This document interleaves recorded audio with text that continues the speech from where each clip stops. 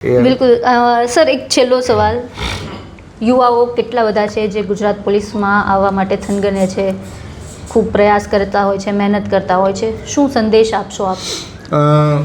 જે પણ યુવાઓ આ પોલીસ વિભાગમાં આવવા માગે છે, સૌથી પહેલાં તો એમણે જે આ વિભાગને જોઈન કરતાં પહેલાં આ વિભાગને સમજવું બહુ જરૂરી છે. આ પોલીસ વિભાગ એટલે ફક્ત ને ફક્ત કાયદો અને વ્યવસ્થા જાળવવા માટેનો કે એક સમાજની સેવા કરવા માટેનો વિભાગ નથી. આમાં પણ અલગ અલગ ક્ષેત્રો છે અને એ અલગ અલગ ક્ષેત્રોમાં તમે જો કામ કરો તો એમાં પણ તમારી એ નિપુણતા આવે અને એ નિપુણતાથી પણ તમે સમાજને મદદરૂપ થઈ શકો છો. આજના યુવાનો છે એ યુવાનોને હું 100% કહીશ કે આ વર્દી છે એ એક બખ્તર છે અને આ નસીબવાળાને વર્દી પહેરવા માટે મળે છે.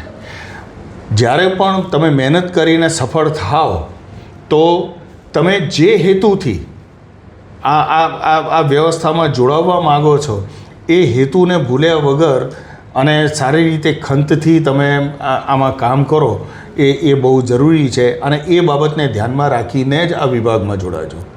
સમાજની સેવા કરવા તો મળશે જ, પણ સાથે સાથે તમારું સ્વમાન, સ્વાભિમાન અને શિસ્ત એ પણ ખૂબ જરૂરી છે અને એને જાળવી રાખજો. આ